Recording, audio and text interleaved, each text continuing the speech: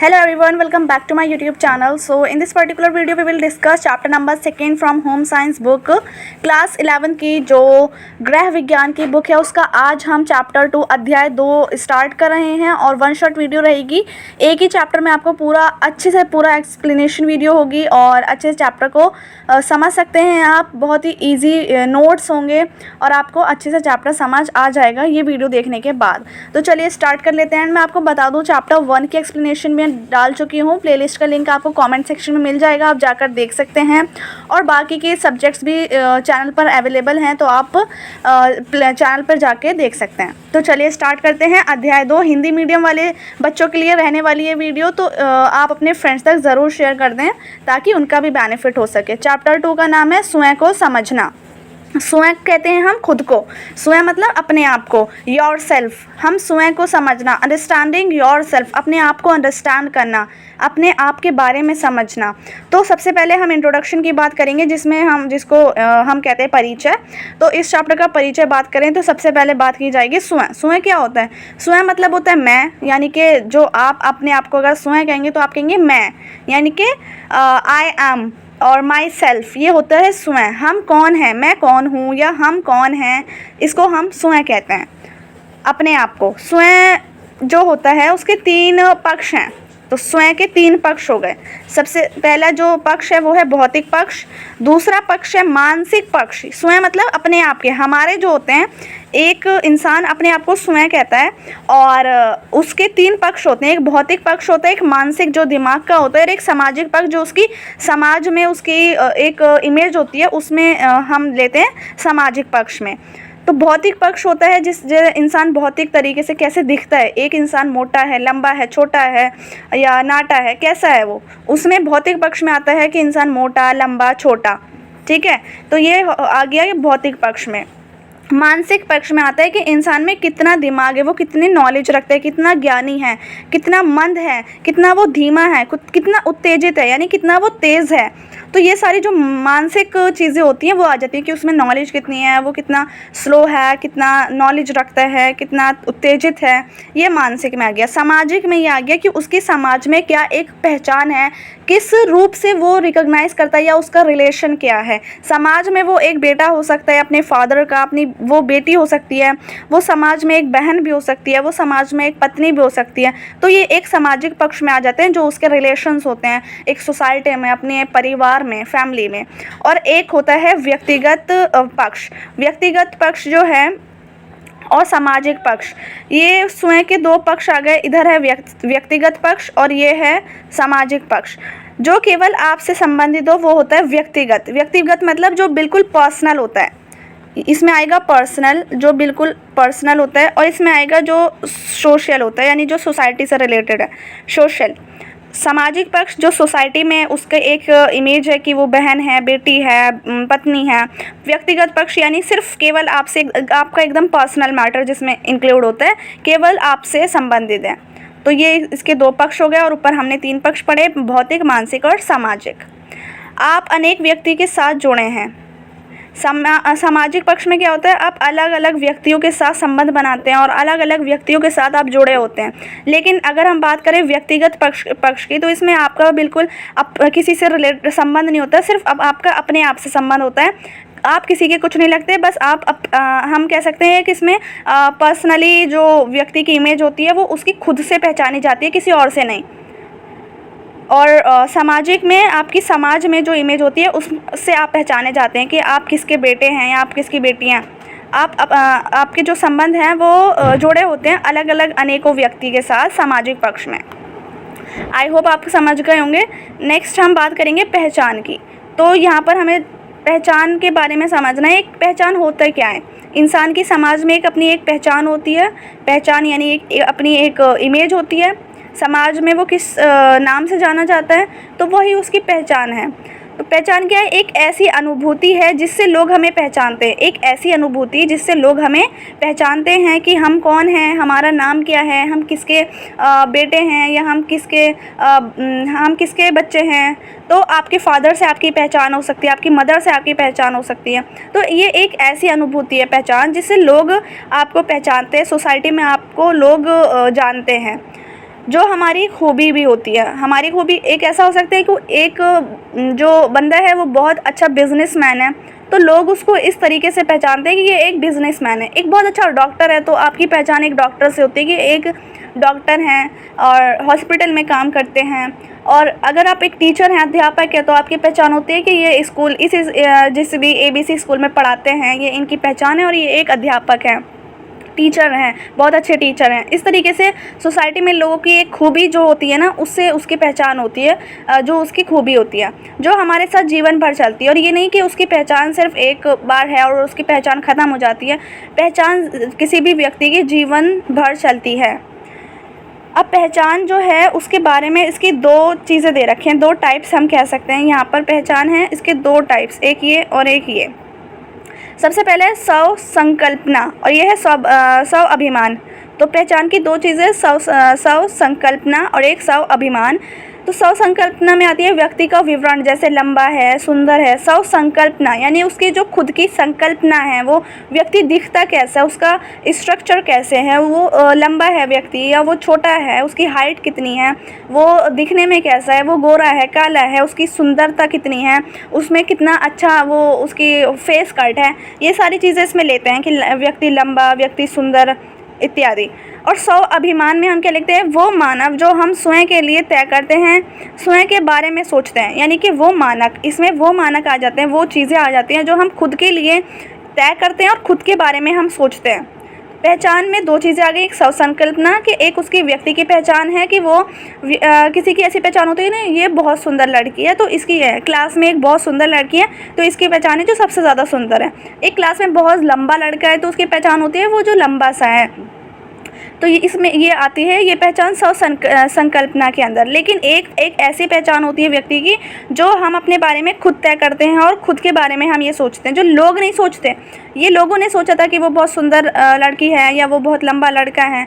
स्व अभिमान में हम खुद अपने बारे में तय करते हैं कि ये हमारी पहचान है और हम उसके बारे में खुद सोचते हैं। आई होप आपको समझ आ रहा होगा। अब हम बात करेंगे स्वयं का विकास। अब हम खुद का विकास, खुद का डेवलपमेंट किस तरीके से कर सकते हैं। स्वयं का विकास, व्यक्ति जैसे जैसे बड़ा होता है उसके स्वयं का निर्माण तथा विकास होता है। यानी स्वयं का विकास यानी कि आपका खुद का योर सेल्फ डेवलपमेंट होना। तो डेवलपमेंट आपका किसी भी तरीके से ऐसा हो सकता है, जैसे बच्चा ग्रोथ होती है बच्चे की। पहले बच्चा जब जन्म लेता है तो वो छोटा होता है और धीरे धीरे जैसे ही उसकी उम्र बढ़ती है, उसके वो बड़ा होता है, तो धीरे धीरे उसमें विकास और निर्माण होने लगता है, उसमें डेवलपमेंट आता है, उसकी सोच बिल्ड होती है, वो सोचने लग जाता है। जितना बच्चे का दिमाग होता है, जब वो धीरे धीरे बड़ा होता है तो उसमें दिमाग आने लगता है, वो अच्छे बुरे की समझ रखता है, उसकी ग्रोथ होने लगती है, उसके हाथ पैरों की ग्रोथ हो जाती है। फिर बच्चा जब बड़ा होता है, वो 18+ का हो जाता है, तो जैसे लड़के और लड़कियों में चेंजेस आते हैं, प्यूबर्टी के बाद चेंजेस आते हैं, तो ये सब उनमें निर्माण होता है, विकास होता है। शैशव काल के दौरान स्वयं की उत्पत्ति होती है। शैशव काल जब चलता है बच्चे का तो उसमें बच्चे की उत्पत्ति होती है। शैशव काल यानी बच्चा जब बहुत छोटा होता है, जन्म लेता है, और 18 महीने तक बच्चा जब छोटा सा होता है, जब जन्म लेता है और 18 महीने तक स्वयं की छवि की पहचान शिशु करने लगता है। यानी अपनी खुद की पहचान वो जो छोटा बच्चा होता है, शिशु जिसको हम कहते हैं, वो अपनी पहचान करने लगता है 18 महीने तक। जब वो 18 महीने का होता है यानी कि वो 1 साल से जब बड़ा हो जाता है। और उदाहरण के तौर पर मैं, मेरा, मुझे, तो वो उसमें ये पहचान आ जाती है कि वो स्वयं की विकास जब वो अपना करता है तो वो कैसे करेंगे। उसके एग्जाम्पल है कि मैं, वो कौन है, मेरा, उसका कौन है और उसको क्या चाहिए। मैं, मेरा, मुझे, ये सारे वर्ड जो हैं वो इंसान खुद के लिए यूज़ करता है, स्वयं अपने लिए, कि मैं, मेरा नाम ये है, मैं ये हूँ, मैं ये काम करता हूँ, मुझे ये बनना है। तो ये सारे वर्ड इंसान जो है वो अपने लिए यूज़ किए जाते हैं।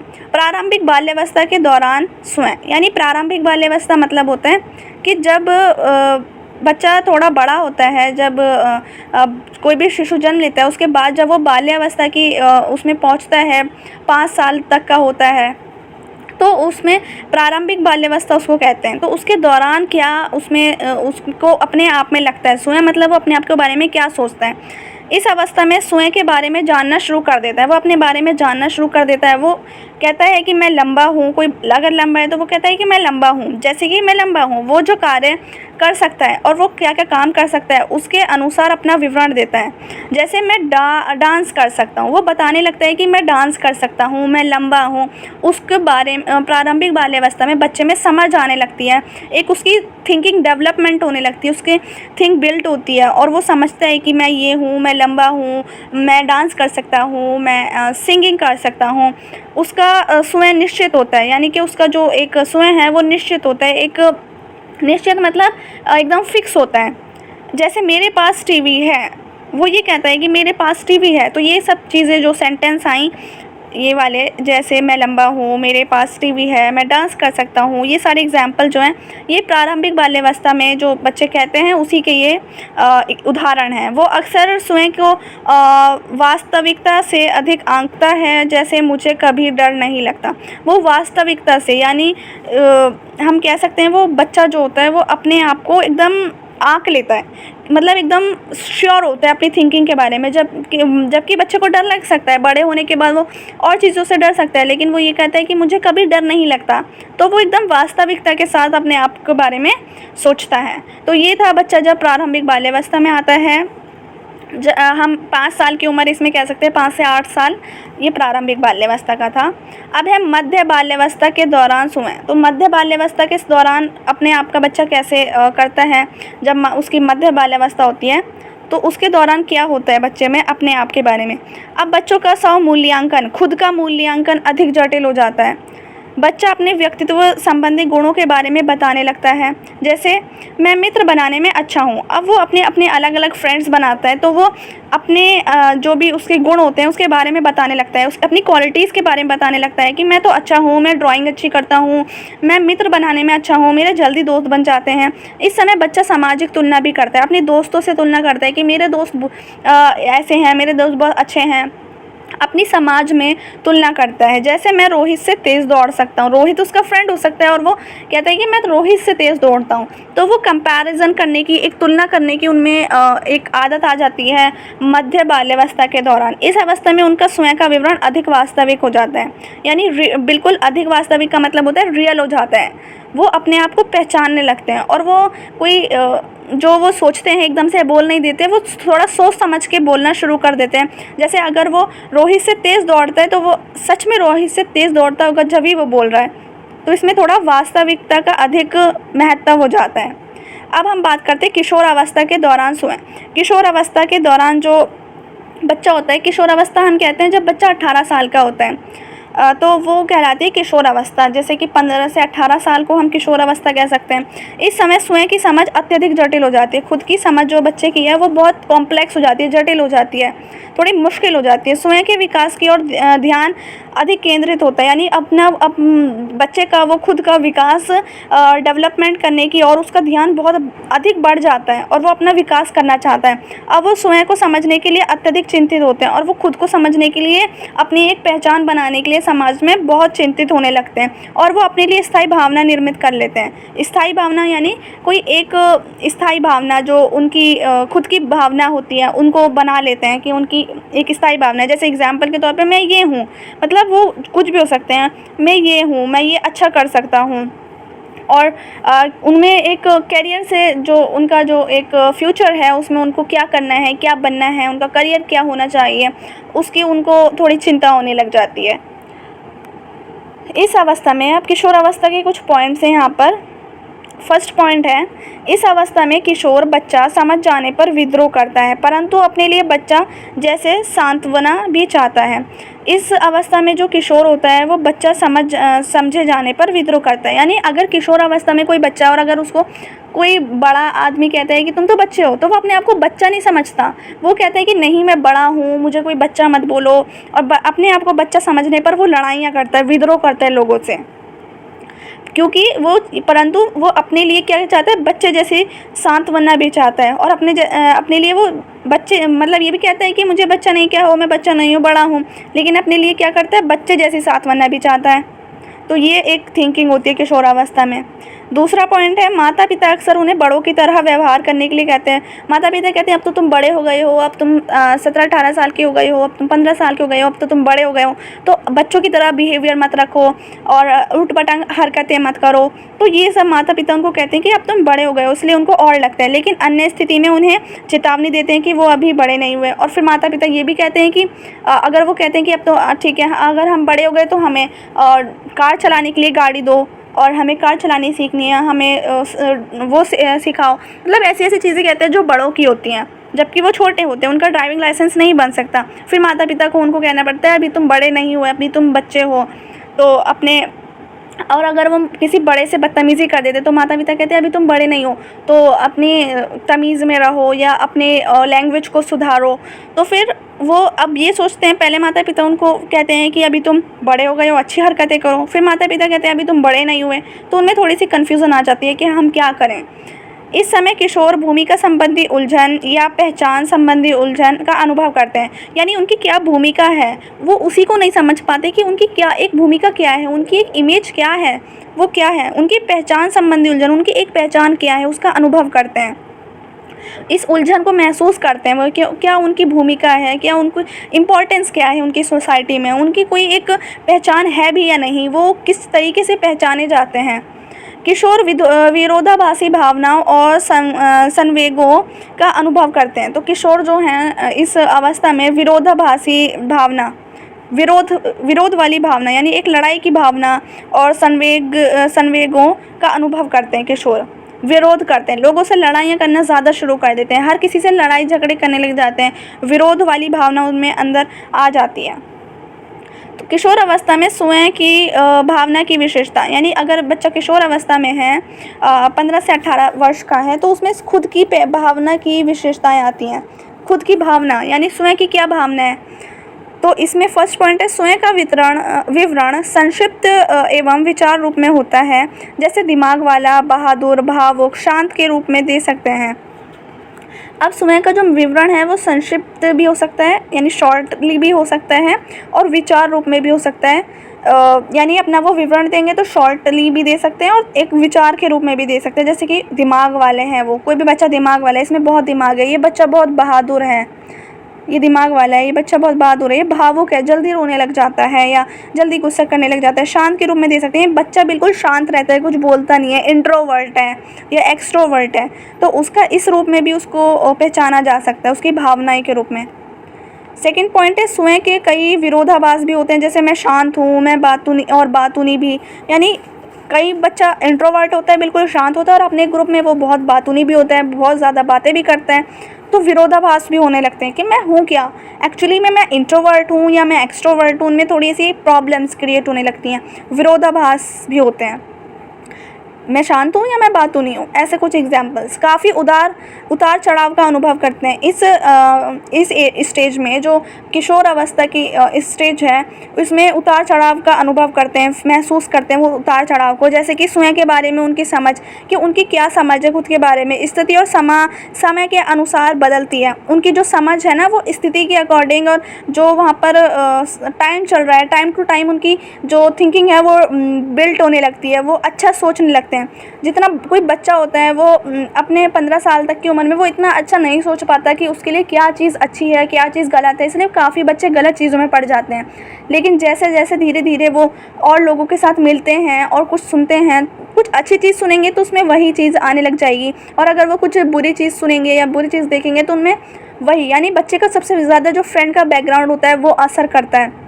अगर उसके दोस्त अच्छे होंगे तो वो भी अच्छी चीज़ों में पढ़ेगा, पढ़ाई वाले दोस्त होंगे तो वो भी पढ़ाई में अच्छा होगा। लेकिन अगर उसके दोस्त इस अवस्था में, किशोर अवस्था में उसके दोस्त बुरे मिल गए तो वो बुरी संगति में पड़ जाता है। तो वो अनुसार बदलते हैं, उसकी स्थिति समय के अनुसार चेंज होता रहता है। स्वयं में आदर्श स्वयं और वास्तविक स्वयं होता है, और आदर्श स्वयं अधिक महत्वपूर्ण होता है। आदर्श स्वयं का मतलब हो गया कि बच्चा अपने आप को आदर्श के रूप में लेता है, वो चाहता है कि उसकी सब इज्जत करें, उसको सब महत्वपूर्ण समझें, उसको सब इम्पोर्टेंस दें, उसकी एक पहुंच बने सोसाइटी में, लोग उसको, जैसे कि कुछ बच्चे चाहते हैं कि वो फेमस हो जाएं और उनको लोग जानें, और कुछ बच्चे चाहते हैं कि वो एक्टर बन जाएं। उनके अंदर ऐसी आदर्श की भावना होती है कि वो किस तरीके से एक इम्पॉर्टेंट पर्सन कहला सकते हैं। नेक्स्ट पॉइंट है किशोर स्वयं के बारे में अधिक सचेत होते हैं और अपने में मर्ग रहते हैं। यानी किशोर जो होते हैं वो खुद के बारे में ज़्यादा अधिक सचेत होते हैं, ज़्यादा सचेत होते हैं अपने बारे में, बहुत ज़्यादा एकदम किसी से बुरा नहीं सुन सकते, सचेत रहते हैं। कोई उनके बारे में क्या सोचता है उनको ये जानने की बहुत इच्छा होती है कि लोग उनके बारे में क्या जानते हैं, और कोई उनके बारे में बुरा तो नहीं सोचता। तो अपने बारे में थोड़ा एक्स्ट्रा वो अपनी इम्पोर्टेंस लेने के लिए सोसाइटी में सचेत रहते हैं और अपने में मग्न भी रहते हैं, अपने में मग्न रहते हैं। उनको ज़्यादा इधर उधर से भी मतलब इधर उधर लोगों में रहने की भी इतनी आदत नहीं होती। पहचान पर प्रभाव, यानी उनकी पहचान पर क्या प्रभाव पड़ता है किशोर अवस्था में। तो बच्चे की जो या किशोर अवस्था की बात ना करें तो सब जो एक बच्चा होता है उसकी पहचान पे क्या प्रभाव पड़ता है। सब बोध का विकास, एक तो उसके खुद के बोध का विकास होता है, यानी अपने अनुभव से अपने बारे में जो सीखते हैं या लोग आपको आपके बारे में क्या बताते हैं, इससे स्वयं का विकास होता है, खुद का वो विकास कर लेते हैं। स्वयं का निर्माण एक निरंतर गतिशील प्रक्रिया, यानी कि बच्चे का एक खुद का जो निर्माण होता है, उसकी जो ग्रोथ होती है वो निरंतर चलती रहती है। ये नहीं कि बच्चा रुक जाता है, उसकी एक होता रहता है। जब बच्चा छोटा सा होता है फिर वो धीरे धीरे बड़ा होने लगता है, तो वो एक निरंतर प्रक्रिया है, गतिशील है और बहुत तेज़ी से बच्चा बड़ा होता है। और वो अपने अनुभव के बारे में ये सोचता है कि लोग आपके बारे में क्या कहते हैं, तो वो उसी से समझ लेता है कि जो लोग कहेंगे वो मैं वही हूँ। तो लोग आपके बारे में क्या सोचते हैं, उनकी सबसे ज़्यादा बच्चों को चिंता रहती है। निर्माण यानी उनका कैसे निर्माण के बारे में। स्वयं का बोध जन्म से आप में नहीं होता, यानी खुद का बोध नहीं होता जन्म से आप में। किसी भी बच्चे में जन्म लेके अपने आप की एक पहचान नहीं बनती है, अपने आप का बोध नहीं होता, लेकिन इसको आप सृजित करते हैं। आप एक क्रिएटिव, सृजित मतलब होता है एक आप क्रिएट करना, आप अपना खुद से एक अपनी पहचान बनाते हैं समाज में। ये जन्म से नहीं होती बच्चे की पहचान, आपके विकास के साथ स्वयं का भी विकास होता है। अगर कोई बच्चा जन्म लिया है तो वो धीरे धीरे जब बड़ा होगा, और कोई बच्चा है जो बहुत अच्छा आर्टिस्ट है, आर्ट बहुत अच्छी करता है, तो उसको लोग सोसाइटी में जाने लग जाएंगे कि ये तो इतना बड़ा आर्टिस्ट है, ये तो बहुत अच्छी अच्छी ड्राइंग्स ड्रॉ करता है। तो आप अपना पहचान खुद से क्रिएट भी कर सकते हैं। शैशव अवस्था में जैसे जैसे बच्चे का विकास होता है वो अपने अनुभव से स्वयं को परिभाषित करना शुरू कर देता है। जैसे मैं एक अच्छा लड़का हूँ या मैं एक अच्छी लड़की हूँ। तो शैशव अवस्था में, यानी जब बच्चा जन्म लेता है, बहुत छोटा सा होता है, तो धीरे धीरे बच्चे का विकास होने लग जाता है, उसकी डेवलपमेंट होती है, उसकी ग्रोथ होती है, बच्चा बड़ा होता है जैसे जैसे। तो वो अपने अनुभव के साथ, जो भी उसके अनुभव होते हैं, जो भी उसके बच्चे ने एक्सपीरियंस किया होता है, उससे वो खुद को डिफ़ाइन कर देता है, अपने आप को परिभाषित कर देता है। और वो ये कह देता है कि जैसे वो अपने आप को बहुत अच्छा समझता है कि मैं एक अच्छा लड़का हूँ या मैं एक अच्छी लड़की हूँ। नेक्स्ट पॉइंट है स्वबोध और पहचान की भावना विकसित करना, यानी एक वैल्यू बनाना सोसाइटी में। वो चाहता है कि एक उसकी विकास हो, यानी जो विकसित करना चाहता है अपनी भावना को, अपनी पहचान की भावना को। ये प्रत्येक में भिन्न होती है, यानी हर बच्चे में अलग अलग होती है, क्योंकि जीन का विशिष्ट समुच्चय अलग होता है। यानी जीन्स जो बच्चे में माता पिता से जो जीन्स आते हैं, तो हर बच्चे में अलग अलग होता है। जैसे कि अगर किसी के माता पिता जो हैं वो लंबे हैं, तो बच्चे में भी जीन्स जाएंगे और वो भी लंबा हो सकता है। किसी के माता पिता के माता या पिता में से किसी भी आई का कलर डिफरेंट ग्रे हो सकता है, तो बच्चे में भी उस आई का कलर ग्रे हो सकता है। तो ये जीन्स आते हैं, जो भी माता पिता में क्वालिटीज़ होंगी वो बच्चे में जा सकती हैं। तो और सबके माता पिता अलग होते हैं, तो इसलिए सब बच्चों में जो हैं जीन्स अलग अलग होते हैं। हमारे अनुभव भिन्न होते हैं, यानी सबके एक्सपीरियंस अलग अलग होते हैं। हमारे अनुभव पर विभिन्न तरीक़ों से हम अनुक्रिया कर सकते हैं, और अपने जो अनुभव हैं, बच्चे के एक्सपीरियंस हैं, उस पर अलग अलग तरीक़ों से वो अपनी अनुक्रिया करते हैं। वर्गीकरण यानी एक क्लासिफिकेशन करें अगर हम पहचान के निर्माण पर पड़ने वाले प्रभाव। बच्चे की जो पहचान बनती है, निर्माण होता है पहचान का, तो उस पर क्या क्या प्रभाव पड़ते हैं। सबसे पहले जैविक और शारीरिक परिवर्तन आते हैं बच्चे में। शरीर के परिवर्तन आते हैं, बच्चा जब बड़ा होता है तो उसके हाथ पैर बड़े होते हैं, शारीरिक परिवर्तन। जैविक परिवर्तन होते हैं, उसके फिजिकल चेंज, बायोलॉजिकल चेंज। दूसरा है पारिवारिक और मित्रवत संबंधों में सामाजिक सांस्कृतिक संदर्भ, यानी परिवार में और उसके मित्र, जो भी उसके मित्र होते हैं, मित्र मंडली होती है, उसमें उसका जो सांस्कृतिक संदर्भ है, वो भी होता है एक, यानी कि किस पहचाना जाता है, वो अपने मित्रों के से भी पहचान सकते हैं, अपने परिवार से भी पहचाना जा सकता है, उसकी समाज में उस शारीरिक परिवर्तन और जैविक परिवर्तन से भी पहचाना जा सकता है। उसके भावनात्मक परिवर्तन भी हो सकते हैं कि वो बच्चा बहुत ज़्यादा इंट्रोवर्ट है, एक्सट्रोवर्ट है, बोलता नहीं है, चिंता में रहता है, गुस्से वाला है, या बहुत ज़्यादा बातूनी है। ये भावनात्मक में आ गए। संज्ञानात्मक, उसमें कितनी नॉलेज है, संज्ञानात्मक यानी दिमाग से जो रिलेटेड होता है, उसमें कितनी मानसिक उसकी ज्ञान है, उसमें मानसिक ज्ञान, और उसमें कितनी किसी भी चीज़ की नॉलेज है, वो कितने अच्छे से समझ सकता है, अंडरस्टैंड कर सकता है चीज़ों को, अच्छे बुरे की समझ रखता है या नहीं। तो ये संज्ञानात्मक में आ गए। तो ये थे पहचान के निर्माण पर जो प्रभाव पड़ते हैं, ये 4 प्रभाव। अब हम पढ़ेंगे जैविक और शारीरिक परिवर्तन क्या क्या आते हैं।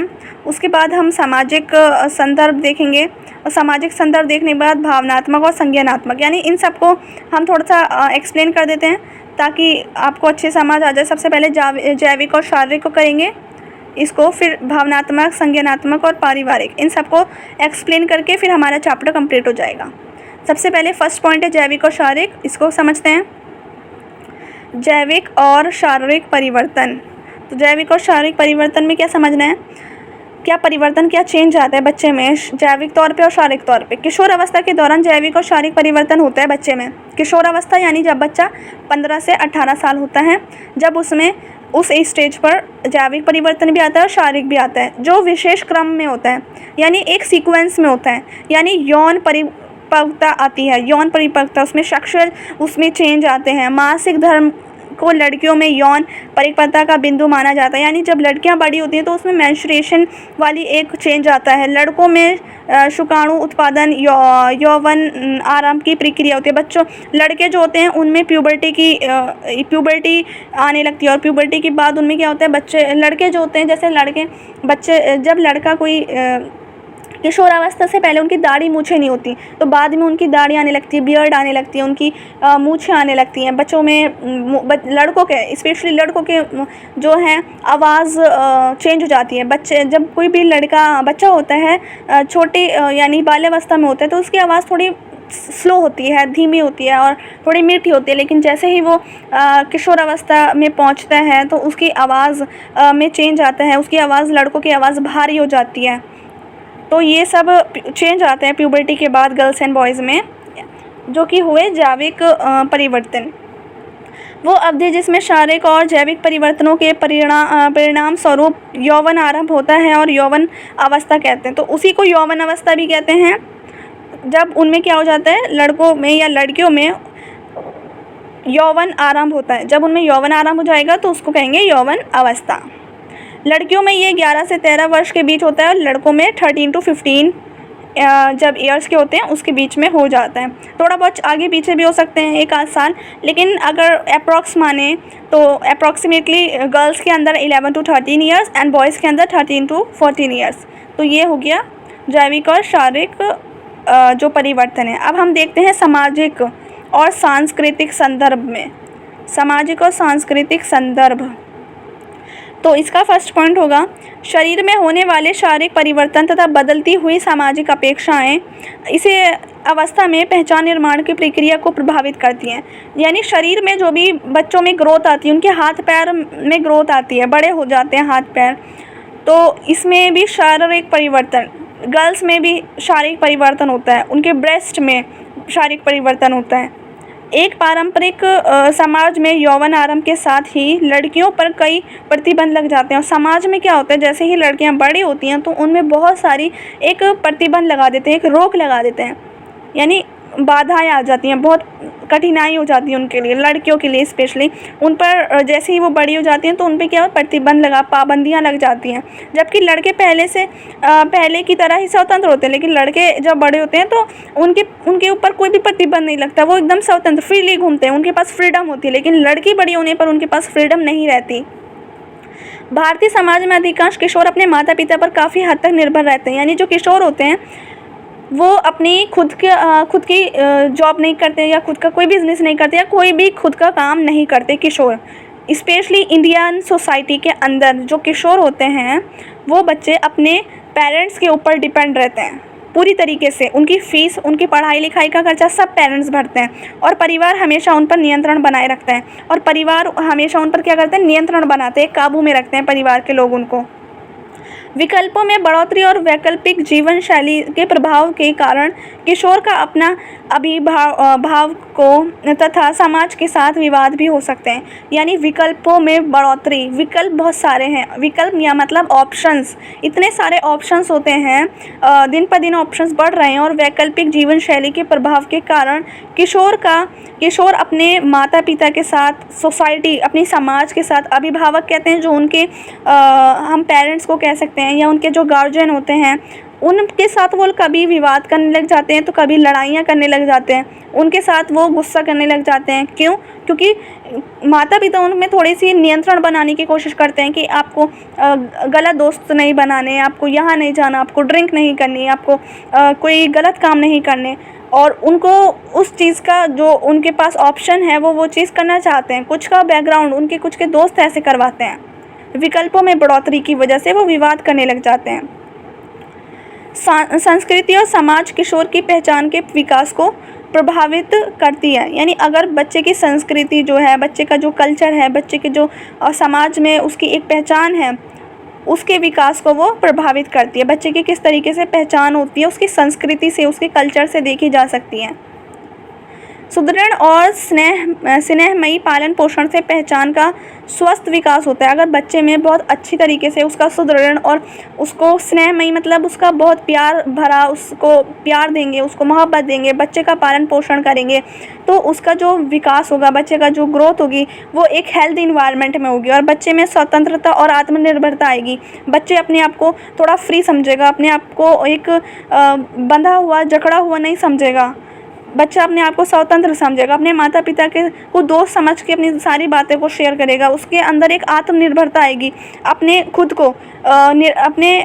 को वैल्यू देगा, एक आत्मनिर्भर होगा वो। इस अवस्था में मित्रों का दबाव उन पर सकारात्मक एवं नकारात्मक प्रभाव डाल सकता है। यानी मित्रों, अगर उसके मित्र का जो प्रेशर उस पर पड़ रहा है, अगर उसके मित्र उसको फोर्स करें तू ड्रिंक कर या फिर तुम गलत काम करो, ड्रग्स लो, कुछ के मित्र अच्छे नहीं होते तो वो नेगेटिव उन पे इम्पैक्ट डालते हैं। और किसी के मित्र इतने अच्छे होते हैं जो टॉपर्स को अपना मित्र बनाते हैं, अपने पढ़े लिखे दोस्तों को अपना जो अच्छे दोस्त होते हैं वो उनको अच्छे संस्कार देते हैं, वो उनको पढ़ाई की ओर आग्रह करते हैं, तो उनमें एक पॉजिटिव इम्पैक्ट पड़ेगा बच्चों में, सकारात्मक। तो मित्रों का बहुत अच्छा रोल होता है इसके अंदर। जब बच्चे का एक पहचान बनती है, एक विकास होता है बच्चे का किशोर अवस्था में स्पेशली। इस अवस्था में परिवार में ऐसा वातावरण होना चाहिए जो व्यक्तिगता और संबंधों को बनाने को बढ़ावा देता हो। यानी इस अवस्था में क्या होना चाहिए, परिवार में एक ऐसा एनवायरनमेंट होना चाहिए बच्चे के साथ जो संबंध बनाने को बढ़ावा दे। यानी उसके माता पिता के साथ उसके संबंध अच्छे होने चाहिए, उसको बढ़ावा देता हो वो, अपने उसके पेरेंट्स का, उसके परिवार का, उसके जो फैमिली मेम्बर्स हैं उसमें उसको एक प्यार मिलना चाहिए, ताकि वो अपने मित्रों को की ज़्यादा ना सुने, अपने परिवार की बात सुने। अब आते हैं भावनात्मक परिवर्तन। कुछ भावनात्मक परिवर्तन के बारे में भी समझना है जिससे बच्चे की पहचान होती है। कई भावनात्मक परिवर्तन इस अवस्था में जैविक और शारीरिक परिवर्तन के कारण होते हैं। बच्चे के शारीरिक परिवर्तन और जैविक परिवर्तन, यानी शरीर के और कुछ जैविक जो बायोलॉजिकल और फिज़िकल चेंज होते हैं उसकी वजह से बच्चे में भावनात्मक परिवर्तन आने लगते हैं। भावनात्मक यानी जो भाव होते हैं बच्चे के, कि बच्चा गुस्से वाला है, बच्चा अच्छा है, या बच्चे में रोने वाला है, उसके भाव कैसे हैं, या वो बोलता नहीं है, या वो बहुत ज़्यादा बोल जाता है, बातूनी है, ये भावनात्मक परिवर्तन है। तो ये किसके दौरान, शारीरिक और जैविक परिवर्तन के द्वारा आते हैं, उसकी वजह से आते हैं। शारीरिक विकास के प्रति गर्व तथा सहज भाव रखने से किशोरों के स्वबोध पर सकारात्मक प्रभाव पड़ता है। यानी शारीरिक विकास के प्रति गर्व और तथा सहज भाव रखने से, अगर वो अपने शारीरिक विकास के प्रति गर्व होगा, सहज भाव रखेगा, तो उससे क्या होगा, किशोर में खुद का बोध, उसके खुद के बोध पर सकारात्मक प्रभाव पड़ेगा। और अपने प्रति नकारात्मक भाव रखने से किशोर खुद को अन्यों से कम समझने लगते हैं। और अगर उन पे कोई नेगेटिव इम्पैक्ट पड़ता है, नकारात्मक भाव रखने से क्या होता है, किशोरों में खुद को अन्यों से वो कम समझते हैं। वो सोचते हैं यार मैं तो कुछ कर ही नहीं सकता। अदर्स जो दूसरे उनके दोस्त होते हैं वो सोचते हैं ये तो कितना अच्छा सेटल है, इसका करियर बना हुआ है, मैं कुछ नहीं कर सकता, मेरा करियर सही नहीं है। तो अपने आप को वो पहले ही अपनी थिंक बिल्ड कर लेते हैं कि वो कुछ नहीं कर सकते और उनका बस हो गया, अब वो अपनी सोसाइटी में कोई इमेज नहीं बना सकते दोबारा। तो ऐसा भी वो सोचने लगते हैं, लेकिन ऐसा नहीं होना चाहिए। उनको एक हेल्दी इन्वायरमेंट मिलना चाहिए फैमिली की तरफ से। अब बात करते हैं संज्ञानात्मक परिवर्तन की। संज्ञानात्मक परिवर्तन, इसमें क्या होता है, इसको समझते हैं। बाल्यावस्था के आरंभिक वर्षों में उसे अपनी अलग पहचान के बारे में पता नहीं होता। यानी जब बच्चा छोटा होता है तो उसको अपनी अलग अलग पहचान के बारे में नहीं पता होता। अपनी पहचान, जैसे वो किससे संबंधित है, उसकी पहचान किस तरीके से है, उसको नहीं पता होता बाल्यावस्था में, वो छोटा होता है। मध्य बाल्यावस्था में भी वो स्वयं विवरण सही नहीं होता, यानी उसका खुद का विवरण खुद को ही नहीं जानता वो ठीक तरीके से। किशोर अवस्था में स्वयं विवरण काफ़ी वास्तविक हो जाता है और जब वो किशोर अवस्था में पहुंचता है तो उसका विवरण खुद को वो पहचानना शुरू कर देता है और उसको खुद की एक उसके अंदर थिंक आ जाती है कि हाँ वो अपने आप को पहचान सकता है, अपने आप को दूसरों के सामने एक्सप्लेन कर सकता है। वो वास्तविक स्वयं और आदर्श स्वयं में अंतर करने लगता है। अब उसको पता लग जाता है कि वास्तविक जो वो वास्तविक है और उसको आदर्श स्वयं बनना होता है, उसमें वो अंतर समझ जाता है किशोर अवस्था के अंदर। इस अवस्था में वो अमूर्त रूप से सोचने लगता है। इस अवस्था में क्या होता है, वो अमूर्त रूप से सोचता है बच्चा। अमूर्त का मतलब होता है एक ऐसी चीज़, अमूर्त जो जिसको हम फील ना कर सकते, जिसको हम टच नहीं कर सकते। अमूर्त सिर्फ हम उसको महसूस करते हैं। इस अवस्था में वो अमूर्त रूप से सोचता है। उदाहरण, जो देखते और अनुभव करते हैं उससे अधिक आगे सोच सकते हैं। यानी जो देखते हैं और जो अनुभव करते हैं, उसके जो भी एक्सपीरियंस होते हैं जिसको वो अनुभव करता है, उससे अधिक आगे वो सोच सकते हैं। बच्चे सोच सकते हैं उसके आगे भी, जितना वो देख रहे हैं उसके आगे भी वो सोच सकते हैं। जितना वो महसूस करते हैं, उनके जो अनुभव हैं उसके आगे भी वो सोचने लग जाते हैं। तो वो एक अमूर्त रूप से, यानी कोई फिक्स नहीं होता कोई चीज़, वो एक अमूर्त रूप से सोचते हैं। बिल्कुल अमूर्त जो फिक्स नहीं है, इधर उधर ऐसी चीज़ें होती हैं, अमूर्त रूप से वो सोचते हैं, कोई फिक्स नहीं होती चीज़। वो विभिन्न संभावनाओं और उनके परिणामों के बारे में सोच सकते हैं एवं कल्पनात्मक ढंग से अपने वर्तमान को अपने लिए चयनित कल्पना के भविष्य के साथ जोड़ सकते हैं। वह विभिन्न संभावनाओं और जो उसके परिणाम होते हैं उनके बारे में सोच सकते हैं। अलग अलग संभावनाओं के बारे में, उनके जो परिणाम हैं उसके बारे में सोच सकते हैं और कल्पनात्मक ढंग से अपने वर्तमान को अपने लिए चयनित कल्पना के भविष्य के साथ जोड़ सकते हैं। यानी अपने आप को फ्यूचर के साथ जोड़ते हैं। वो एक चयनित कल्पनात्मक ढंग यानी एक कल्पना करने लगते हैं, इमेजिन करने लगते हैं, इमेजिनरी थिंकिंग हो जाती है उनको। वर्तमान को अपने लिए क्या कर लेते हैं, अपनी प्रेजेंट को अपने लिए चूज़ कर लेते हैं अपनी कल्पना के तौर पे, जो वो सोचते हैं। भविष्य के साथ उसको जोड़ते हैं, अपने फ्यूचर को, अपने प्रेजेंट को अपने फ्यूचर के साथ जोड़ते हैं वो, कि मुझे फ्यूचर में क्या करना है। खुद की कल्पना करने लग जाते हैं, मुझे एक पायलट बनना है, मुझे ये बनना है, या मुझे एक साइंटिस्ट बनना है। अपनी ये कल्पना करने लग जाते हैं। तो कल्पनात्मक यानी इमेजिन करने लग जाते हैं, बहुत इमेजिनरी थिंकिंग हो जाती है उनकी। किसी को देखते हैं और वो उनको अच्छा लगता है तो उसी के बारे में सोचने लग जाते हैं कि वो जैसा है तो मुझे भी उसी की तरह बनना है। वो उनको एक्टर पसंद होता है तो उनको भी यही लगने लग जाता है कि उसे भी उस एक्टर की तरह बनना है। तो ये होती है कल्पनात्मक, अपने प्रेजेंट को अपने फ्यूचर के साथ इंटरकनेक्ट करना। तो यही था हमारा चैप्टर है, ज़्यादा इसमें और कुछ है नहीं, और 40 मिनट्स की वीडियो हो गई है। अब कुछ क्वेश्चन आंसर्स होंगे जो नेक्स्ट वीडियो में डिस्कस करेंगे हम। तो यहाँ पर हमारी एक्सप्लेनेशन वीडियो कंप्लीट हो गई है। अगर आपको अच्छी लगी तो प्लीज़ शेयर करें। कोई डाउट है तो कमेंट बॉक्स में कर सकते हैं अपना डाउट। और if you like my video then please share it and don't forget to subscribe my channel. Thanks for watching, bye.